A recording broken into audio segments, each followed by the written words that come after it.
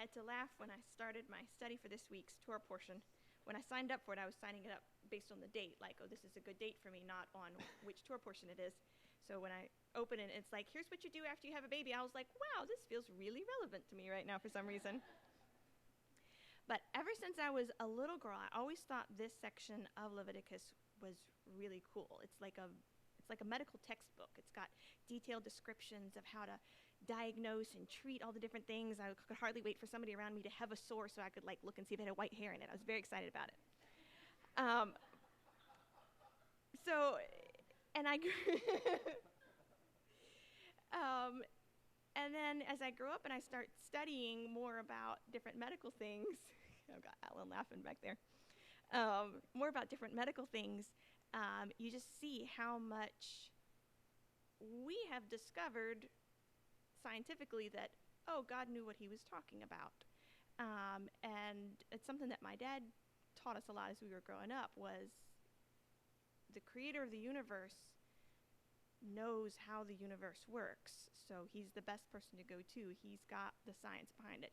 Even things that we might not understand yet. You know, maybe back then they didn't understand germ theory and they didn't know why we needed to isolate things, but they did it.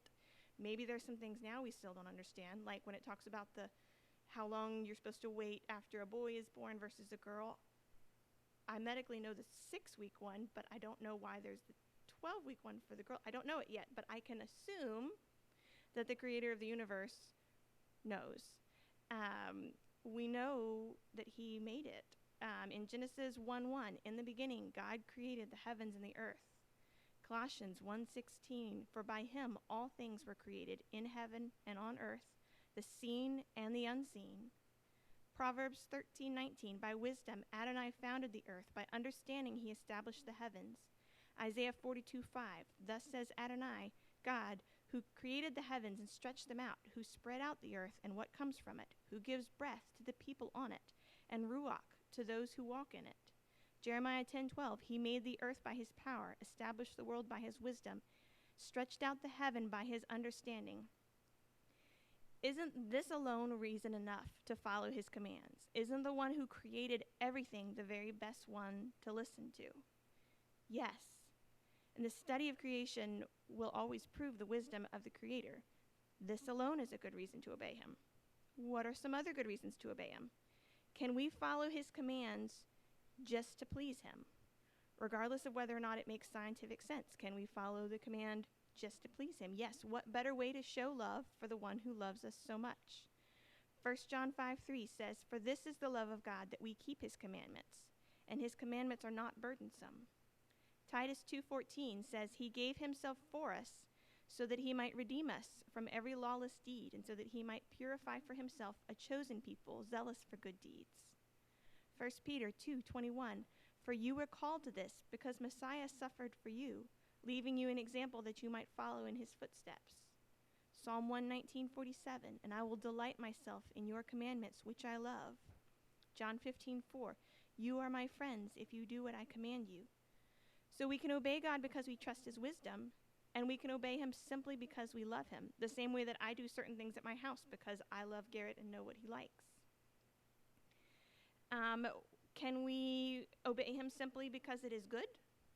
This is what my mom called the satisfaction of a job well done. You did something, you did it well, you did it right. The feeling is a reward in and of itself. It's not a feeling of pride. It's more probably what God felt like on the 7th day when he was like, that was good, you know? And so we know that the instructions in Torah are good. We can rest when we do them, knowing that we have done well. That alone is reason enough to follow what he says. Micah 6:8 says, he's told you, O man, what is good and what Adonai is seeking from you, to do justly and to love mercy and to walk humbly with your God. Romans 12:1-2 says, I urge you therefore, brothers and sisters, by the mercies of God, to present your bodies as a living sacrifice, holy, acceptable to God, which is your spiritual service. Do not be conformed to this world, but be transformed by the renewing of your mind, so that you may discern what is the will of God, what is good and acceptable and perfect. 2 Timothy 2:15 says, "Make every effort to present yourself before God as tried and true, as an unashamed worker, cutting a straight path with the word of truth." And what of other rewards? Are there other rewarding reasons to obey God? Yes, there are. It's like when I was in school and I had a school activity to complete. Sometimes, Mom was like, "Well, just the fact that you did a good job on it, that's your reward. You get an A+." But then other times there were other rewards, like if you finish these 15 math problems in less than 10 minutes, you can have 5 chocolate chips, So when we obey God, he himself rewards us.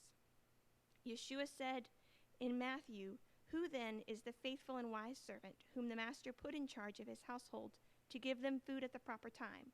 Blessed is that servant whose master finds him so doing when he comes." Yeshua also told a parable likening the kingdom of heaven to a man who went on a journey, leaving his goods in the care of his servants. When he returned, he settled accounts with his servants, and to 2 of the servants who had done well, the parable says, in Matthew 25:23, "His Lord said to him, 'Well done, good and faithful servant. You have been faithful over a few things. I will make you ruler over many things.